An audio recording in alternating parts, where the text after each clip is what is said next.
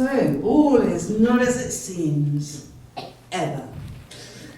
I have some slides for you this morning, but firstly I need to get dressed.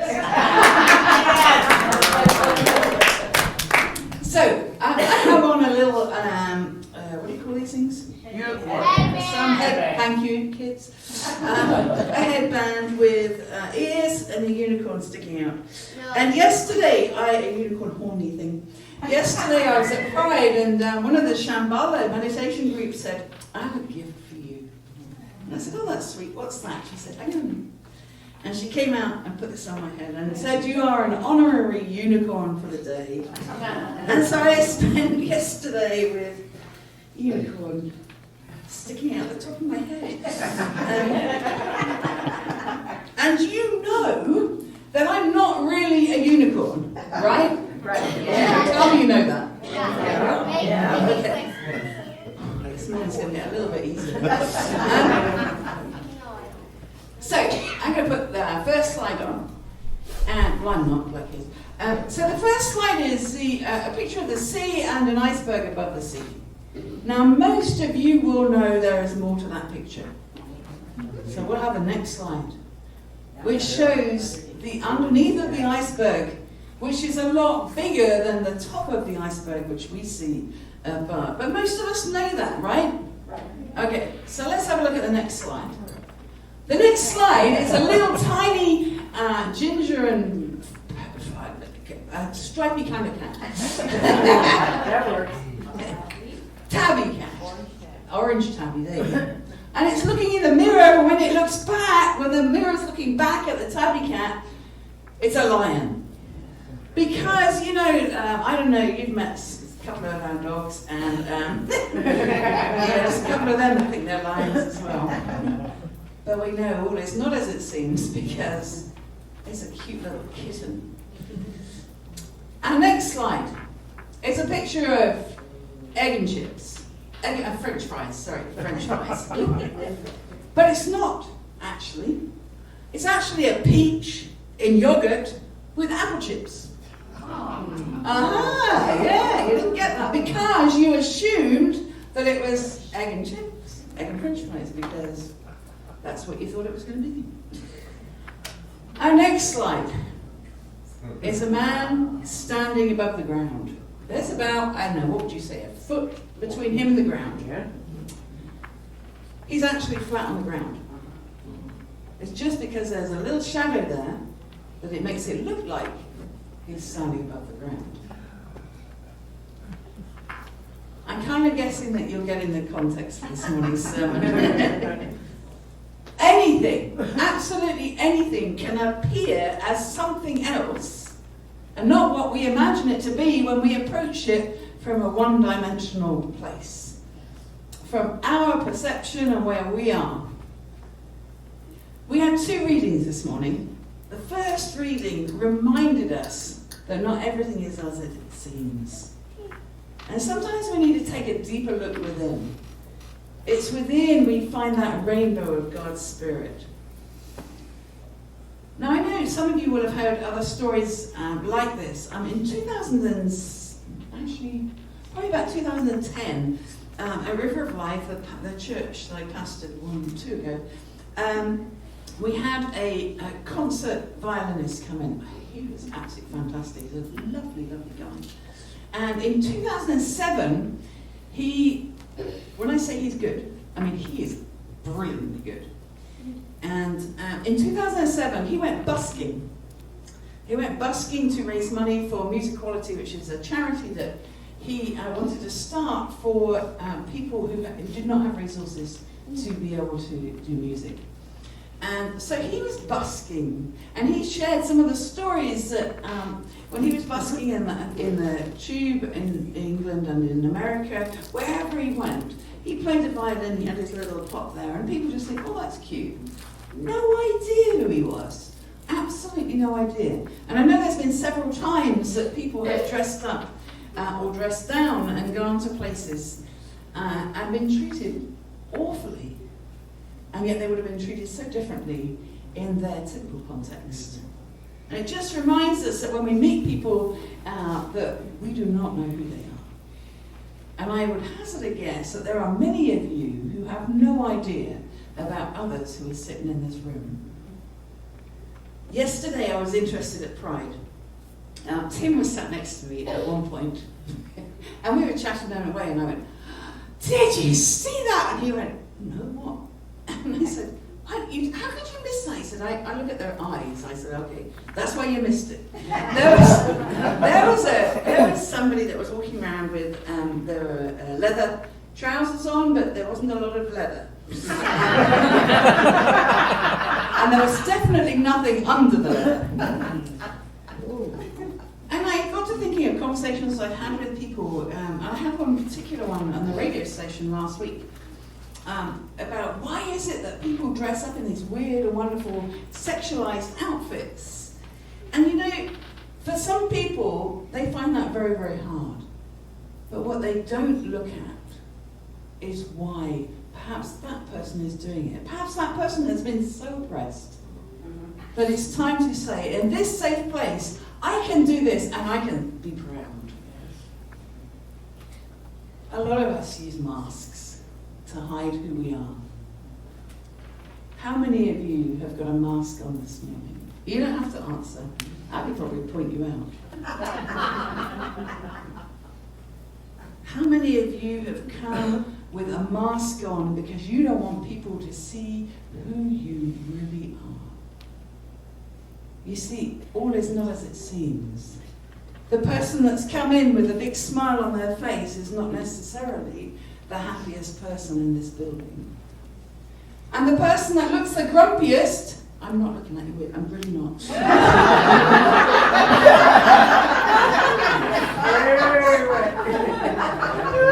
It's the one that sings a really high note in the middle of one of the songs that makes you smile from ear to ear. I'm joking with him, but you know, we cannot make assumptions about people. I was thinking when I was thinking about the sermon, like Robin Williams. Through his life, he made people smile. He made people laugh in movies, in comedy, and everything else. But what that did was hide his pain, his journey with depression. You know, as human beings, we wear our own masks.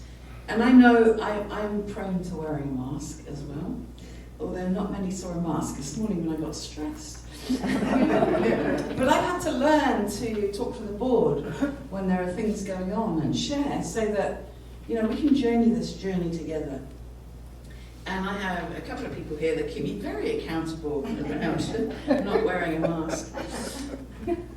But why do we do it? Why do we not share who we are? If we say this is a safe place, why is it not safe enough to share who we really are? Why is it not safe enough for us to say when we're in pain? It's about looking at us, who we are, and being willing to be vulnerable sometimes. Our second reading this morning was from Ecclesiastes, and I love this book. It's a bit weird and wacky, but it has some great wise words in it. Some people attest that Solomon wrote this book. And for some, that's still up to debate. But just for today, we're going to assume it was Solomon. And he tells us in this book that life is hard. Life is tough. In fact, it's a very unhappy business. He would even suggest that God gave us humanity, our life, in order to keep us busy until we die. What he does in his life is he seeks out more and more wisdom. He learns. He wants to learn this, he wants to learn that, but nothing gets any better. Life is still the same. In fact, for him, wisdom increased his sorrow.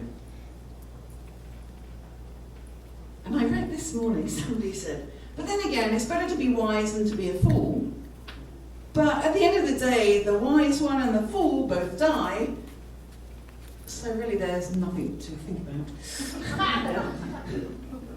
Ecclesiastes was a skeptical, really. really look at ancient Israel's traditional wisdom. And you've got the book of Proverbs, which suggests that if people trust God and do what is right, they will prosper materially and socially. Ecclesiastes, however, opens up a different perspective. How different? It shows us that this traditional view that they had in the Hebrew scriptures can be overly superficial. So Solomon looks back over his life and realizes where he's come from, where he is, and where he's going. And doesn't like it too much. As we get older, we quite often look back over our lives and ponder, don't we? There's so much that we don't understand about what we've done, why we've done it. And Solomon really can align with all of us at some point in our lives. The trouble is that many of us think that the grass is greener on the other side. Because, the other side's a lot better. But usually it's not. It's about us changing what is within. So I'm thinking, that, if only I was younger. Some mornings when I'm getting out of bed, it's like, if only I was younger, please. But we were younger. What do we do with it? If only I was richer. Well, I guess money would buy us a few gizmos and gadgets that link up and then go off when the power goes off and don't work. And if you ask people that won the lottery how happy they are, it brought them no happiness. Or they thought it did at the beginning, but then it ended up bringing them misery. If only my health was better. Hello, it was. What did you do with it?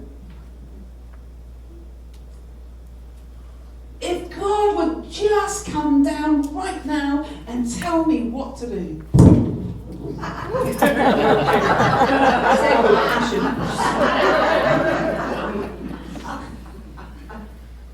God does. God speaks to us all the time. We just forget to listen. We're at a time in our world where things are pretty difficult. There's hatred, division, misery. And I guess most of us would say, if only something would change so that the world could become a better place. I want you to think for a time when it was a better place for you.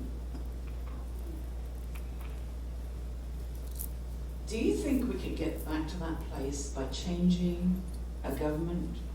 By changing somebody else? The only way we can get back to that place is by changing us. If we're going to grow our spiritual side, if we're going to grow as a community, we need to get down to our grassroots spirituality. We need to be willing to share with each other and say, I don't know where I'm at spiritually right now. Or I'm on such a buzz spiritually right now, let me share it with you. Or I'm in a different place than I was at last week. How many of you are willing to share with somebody else so that when they talk to you, they actually see who you are instead of the mask? And that instead of saying all is not as it would appear, but actually, wow, it is as it appears. You're human. Oh, you go through pain too. You go through loneliness, despair, financial issues. Your health is bad. We have to be willing to be vulnerable with each other and stop looking to somewhere else, or stop wearing a mask in order to find our happiness. Solomon was a mighty flying king and had so much, and yet he was miserable. Life is hard. Life knocks us sometimes, but we have so much to be thankful for. So much that we can give to each other, not physically, but of ourselves. We are where we are. We can't be back there. We can't get to over there. We're here. We can either make the best of it, take ourselves on a new journey, learn about each other, or we can keep moaning that nothing's changing, that it's miserable. I think that's our choice, don't you? Yeah. We have 3 people in our congregation who have made a choice in their life. And I'm going to invite them to come up. It's Jackie, Nicole, and Jerry. Can we come up? You can do it.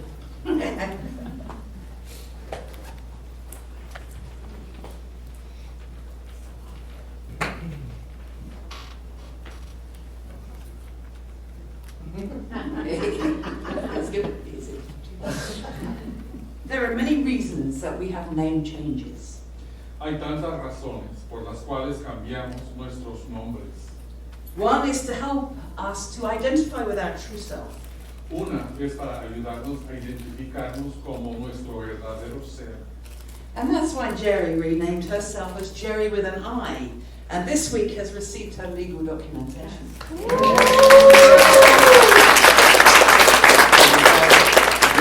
se ha renombrado a sí misma Jerry con una I, y esta semana ha recibido su documentación legal. Another is to help us get on in life, which really is not how it should be, but it is. And that's the case for Nicole and Jackie. Otra es para ayudarnos a seguir con la vida, que aunque no es como la que debería ser, este es el caso para Nicole y Jackie. And as a community today, we, all of us, want to affirm your new names. En comunidad, hoy queremos afirmar sus nuevos nombres. Our prayer is that these names will bring you fullness and hope. Nuestra plegaria es que estos nombres les traigan plenitud y esperanza. We release your old names into history, acknowledging all that has brought you to this place, all that is good and all that has not been so good. Lanzamos sus nombres viejos a la historia y reconociendo todo lo que las han traído a este lugar, todo lo que es bueno y todo lo que no ha sido tan bueno. We now lift up your new names and honor them. Levantamos ahora sus nombres nuevos y les damos honor. So I ask you, as a community of faith, will you continue to support, uphold, and love Jerry, Nicole, and Jackie, honoring their past while helping them to live into their future? We will. We will. We will. Do you want to say that again? We will. Como una comunidad de fe, continuarán ustedes a soportar, sostener y amar a Jerry, Nicole y Jackie, honorando sus pasados, mientras ayudándolas a vivir en sus futuros. Sí lo haremos. Sí lo haremos. Sí lo haremos. Let us pray. Loving, gracious, and ever-changing God, you are the God that knows our hearts and our minds. Adorante, agraciado y siempre cambiante Dios. Tú eres el Dios que reconoce nuestros corazones y nuestras mentes. The God who embraces all we are, including our names and labels, and holds us up as a beautiful creation. El Dios que abraza todo lo que somos, incluyendo nuestros nombres y etiquetas, y que nos sostiene como a una bella creación. We pray your blessing, God, on Jerry, on Jackie, and Nicole this day. May the names they have chosen for themselves be names that bring your light into their life. Oramos por tu bendición sobre Jerry, Jackie y Nicole. Este día, que los nombres que han escogido para sí mismas sean los nombres que aporten tu luz en sus vidas. Help them to flourish and become all you have called them to be. May it be so this day and evermore. Ayúdalas a florecer y hacer todo lo que tú las has llamado a hacer. Que así sea hoy y siempre. And the Y people la gente say, diga, amén. Amen. You can clap. I can